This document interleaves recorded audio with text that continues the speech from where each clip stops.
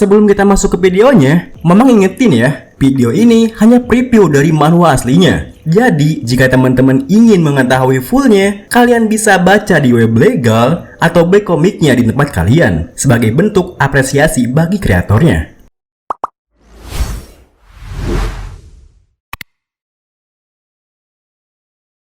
How ni how semuanya. Kali ini kita bakal lanjutin manhwa negerinya para penyihir. Kita masuk di part 9. Di video sebelumnya, Roland Wimbledon, pangeran keempat kerajaan Grey Castle, tengah sibuk berurusan dengan para monster iblis yang menyerang benteng kotanya. Sedangkan, tanpa sepengetahuannya, sama sekali, para saudaranya telah terlibat dalam sebuah konspirasi besar yang bisa saja menyulut peperangan langsung. Di awal video ini, beberapa hari setelah Anna berhasil melewati siksaan gigitan iblis, malam itu, di ruangan kerjanya, Roland dikejutkan saat mendengar Night Angel berkata bahwa dia akan mengundurkan diri. Mengundurkan diri? Apakah kau bilang kau akan pergi? Apakah kau akan kembali ke asosiasi? Night Angel yang berada di depannya pun menjelaskan, iya, seperti yang Anda lihat, Anna telah bangkit dan selamat dari siksaan iblis. Walaupun rasanya tidak pasti, dia adalah penyihir pertama yang baik-baik saja setelah hari kebangkitan. Anda telah melihat perubahan apinya. Itu seperti bagian baru dari kekuatannya. Api hijau itu mengikuti kehendaknya. Itu dapat menjaga suhunya, mirip dengan suhu tubuh, dan dapat meningkatkan suhunya juga dengan cepat. Apinya dapat bergerak mengelilinginya dalam radius 5 meter. Konsentrasi Anna dalam kekuatan sihir sangat tinggi. Jadi, itu seharusnya berpengaruh besar kepadanya. Apa yang mencegah Anna sehingga dia tidak menderita saat hari kebangkitannya ya? Di tengah Night Angel yang kebingungan, Roland yang juga berpikir keras tentang hal itu pun menimpali.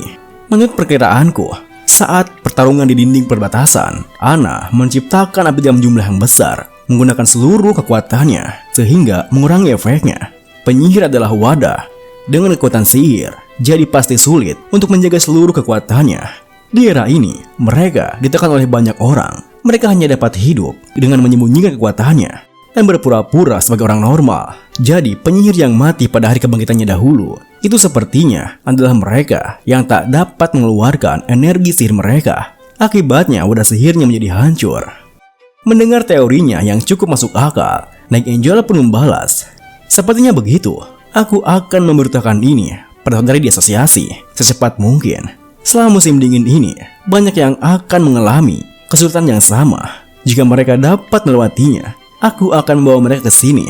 Aku harap kau bisa menerima mereka seperti kau menerima Anna. Sebelum Night Angel benar-benar pergi, Roland bangkit dari kursinya lalu menuturkan, walaupun aku bahagia, kau berpikir begitu. Tidak akan telat apabila kau pergi setelah musim monster iblis berakhir. Kondisi cuaca buruk di luar dan ada banyak monster. Ini tidaklah aman. Sayangnya, meskipun Roland sudah mengingatkannya, Night Angel tetap kekeh dengan keputusannya. Sembari mengenakan tudungnya, Night Angel membalas, jika aku mengirimkan informasi ini lebih dini, mungkin lebih sedikit saudari yang akan mati. Jangan khawatir, monster iblis biasanya tidak dapat menemukan persembunyianku. Tentu saja, Roland yang masih merasa khawatir pun kembali bertanya, dan kemudian, bagaimana dengan hari kebangkitanmu? Kapan itu? Sembari berbalik dan melambaikan tangannya, Night Angel membalas, di antara musim dingin dan awal musim semi, jangan cemaskan aku. Tidak terlalu sakit lagi dalam beberapa tahun sebelumnya.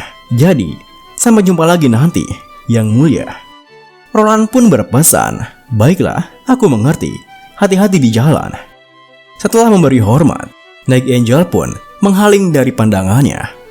Setelah kepergiannya, Roland yang masih khawatir dengan bayang-bayang kematian yang terus menghantui para penyihir pada saat kebangkitannya, ia pun berpikir, selalu saja seperti ini, sangat misterius.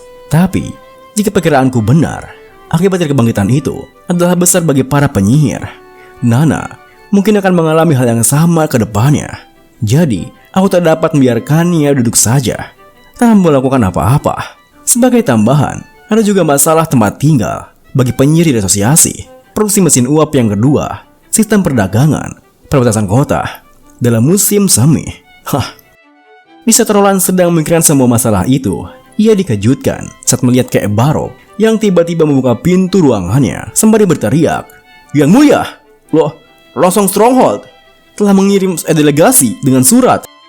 Beberapa saat kemudian, di ruangan jamuan makan, Roland membaca sebuah surat di tangannya yang ternyata dibawa oleh Vetrov, salah seorang anak bangsawan dari wilayah Stronghold.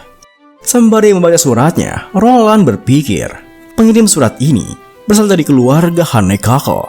Dikatakan bahwa dia akan berdiskusi tentang perdagangan dengan bangsawan di Longsong Stronghold. Dari raut wajahnya, apakah dia gagal? Hah? Apa? Raja telah mati?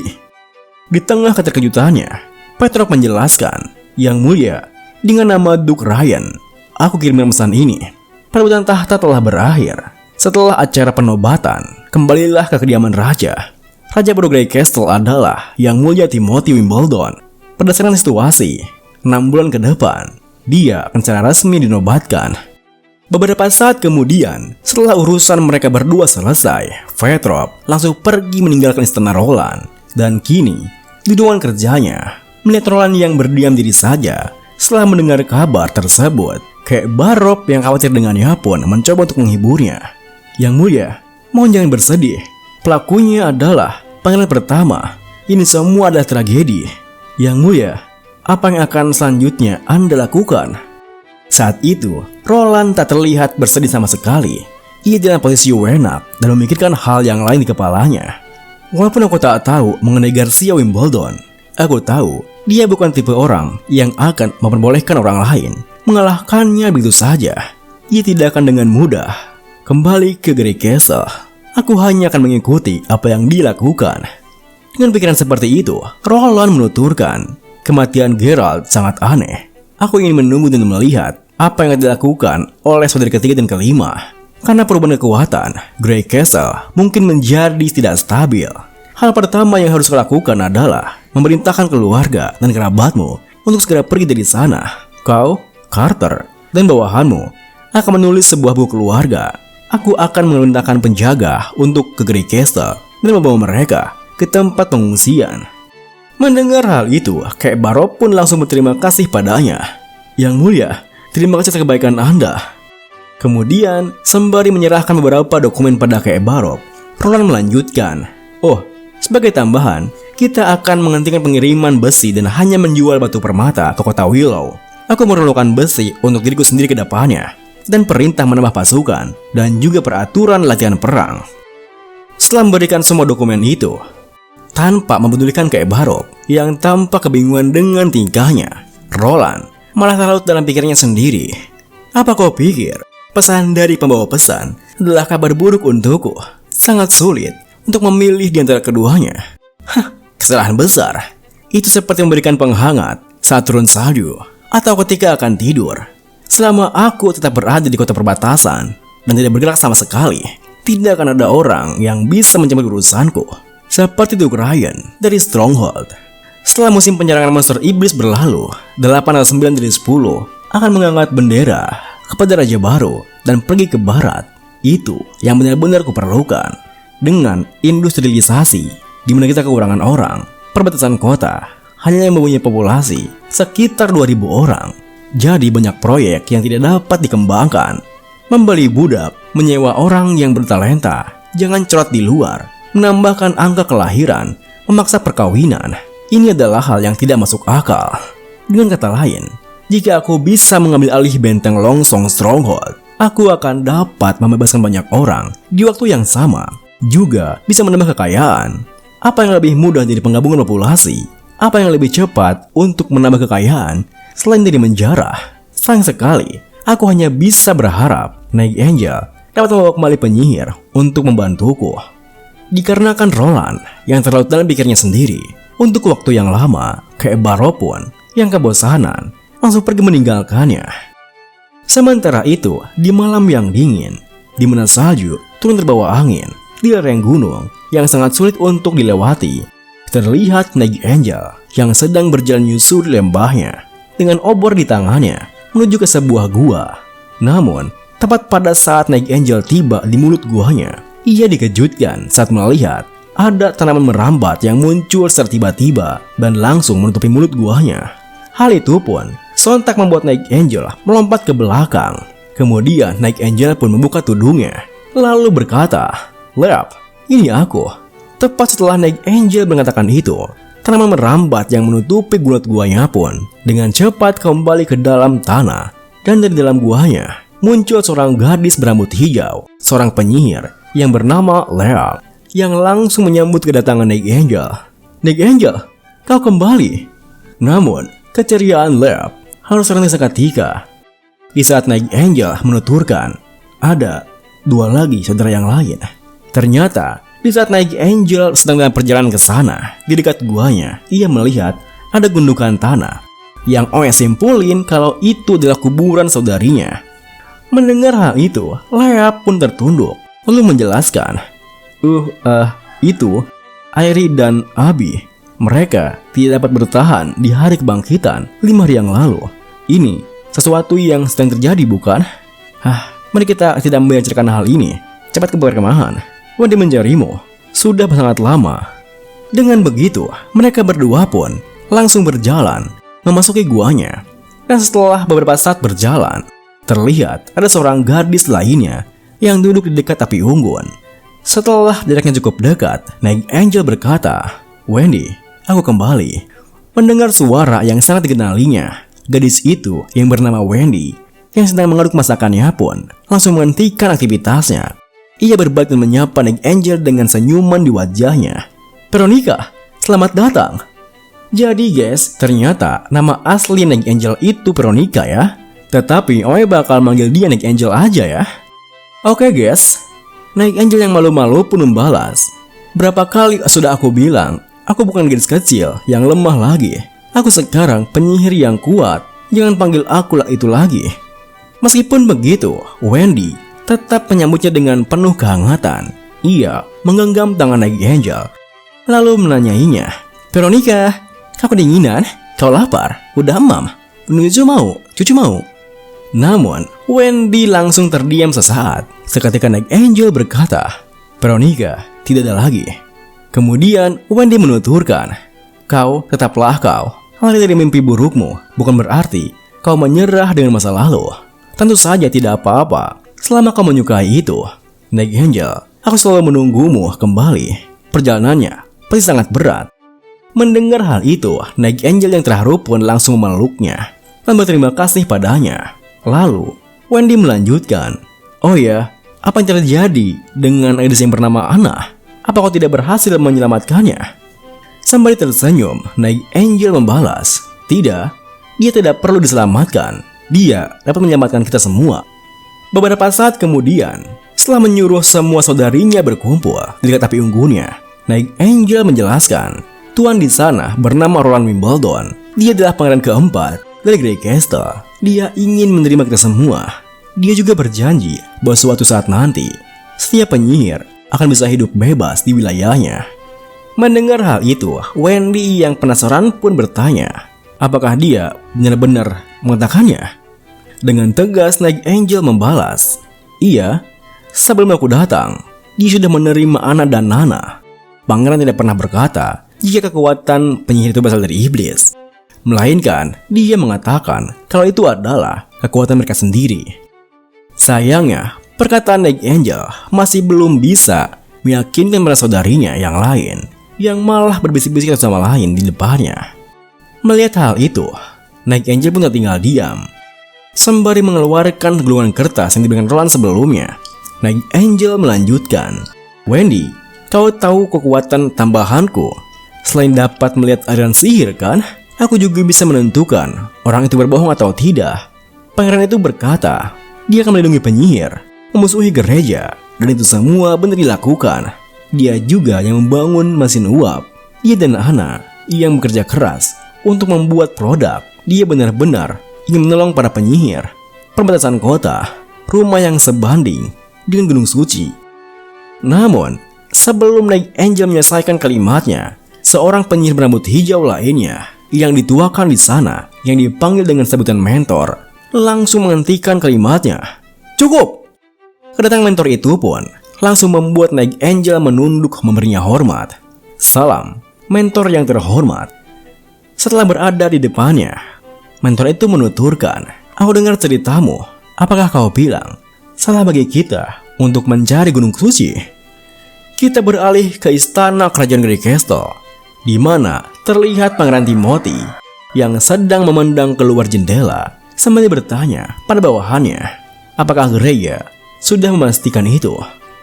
Prajurit bawahannya yang berdiri di belakangnya membalas, "Iya yang mulia, gereja telah memastikan bahwa batu ini belum ditukar atau dikelingan efeknya. Batu dewa dari raja pertama tidak salah lagi merupakan senjata terbaik melawan iblis. Jika ini tidak berhasil, maka gereja pasti sudah oleh penyihir." Saat itu, Pangeran Timothy berpikir, ayahanda tidak punya alasan untuk bunuh diri. Ini terlalu aneh, dan tidak ada hal yang aneh selain dengan iblis itu. Kemudian, Pangeran Timothy berbalik, lalu menuturkan, "Tetapi ini bukan juga berarti tanda penyihir yang terlibat. Lanjutkan pencarian penyihir. Lakukan pencarian di dalam dan di luar kota." Setelah mengatakan itu, Pangeran Timothy mengambil batu dewa yang dibawa oleh prajurit bawahannya dan diiringi dengan prajurit tersebut yang langsung melaksanakan tugasnya. "Laksanakan, yang mulia." Setelah kepergian bawahannya, Pangeran Timothy hanya terdiam memenangi batu dewa yang digenggamnya.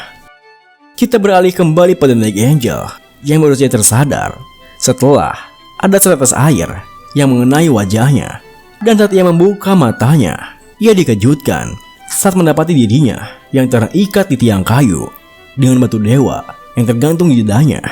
Bagaimana semua ini berawal? Kita kembali ke beberapa saat sebelumnya, di mana ketika si mentor mendatanginya di saat Night Angel sedang bercerita mengenai Roland. Saat itu, si mentor yang tidak suka dengan ajakan Night Angel langsung membantah penjelasan Night Angel. "Cukup! Pangeran bersimpati dengan penyihir? Jangan bercanda. Saudariku, apa kalian lupa bagaimana orang-orang itu memperlakukan kalian? Mereka mengaku atas nama Tuhan dan menggunakan pedang dan cambuk untuk menyiksa kita. Tanpa batu dewa, bagaimana mungkin mereka bisa menindas kita para penyihir? Kau telah ditipu. Penderitaan pada saat kebangkitan adalah ujian dari dewa untuk jiwa dan raga kita. Hanya dia dengan kehendak yang kuatlah yang dapat mencari pengulungan suci."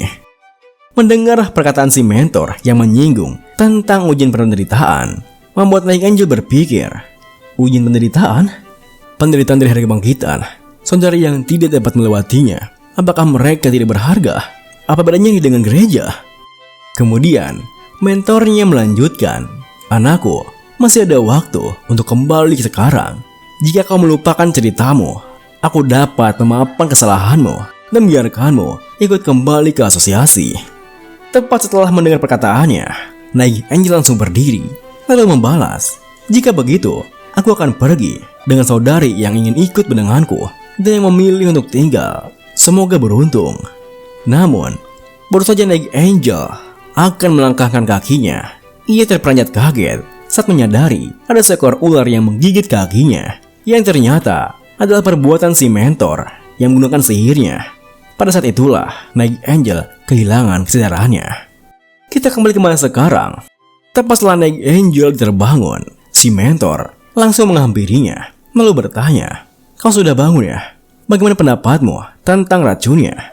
Jujur saja, aku mempunyai harapan besar padamu, tapi kau gagal memenuhi keinginanku." Dengan kesalnya, Night Angel membalas, "Kau telah menyembunyikan batu hukuman dewa. Cara, kau tahu apa yang telah kau lakukan?" Info guys, cara itu nama si mentornya ya. Mendengar hal itu, mentor cara pun beralasan, ini hanyalah alat yang digunakan untuk menghukum anak yang tidak patuh, dan kau adalah orang yang perlu dihukum. Ketika Wendy menyelamatkanmu dari bangsawan, aku pikir kau akan berpihak pada asosiasi, dan kau menjual saudarimu ke bangsawan sehingga kau dapat kembali ke posisimu semula. Tentu saja, Night Angel yang tak terima pun langsung menyangkalnya. Semua yang aku lakukan adalah untuk para penyihir. Aku berharap mereka tidak akan mengalami penderitaan pada hari kebangkitan. Aku ingin mereka dapat hidup di mana mereka punya makanan dan baju untuk dipakai. Aku tidak bermaksud menghentikan rencanamu. Tetapi para saudari seharusnya punya hak untuk memilih. Perbatasan kota banyak mengalami perubahan sekarang. Aku bahkan membawa desain dari mesin U. Namun, sebelum Night Angel menyelesaikan kalimatnya, mentor Cara yang telah memegang kertas desainnya langsung memotongnya. Maksudmu ini? Walaupun aku tak mengerti gambar apa ini, apakah kau pikir tumpukan besi dapat bergerak sendiri seperti makhluk hidup? Apa kau pikir kami ini anak usia 3 tahun? Hah? Tepat setelah mengatakan itu, mentor Cara membuang kertas desainnya ke dalam bara api yang masih menyala di depannya.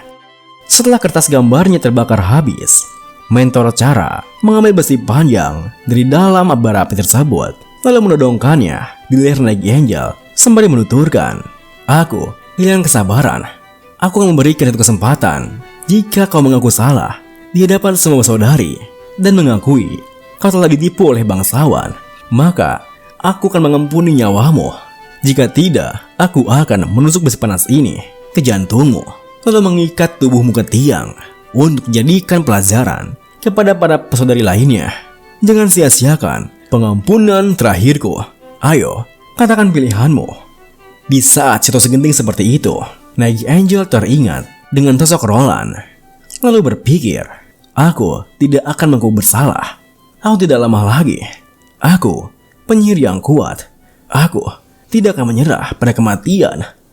Sayang sekali, saat itu, di saat Night Angel diam saja, mentor Cara pun semakin mendekatkan besinya.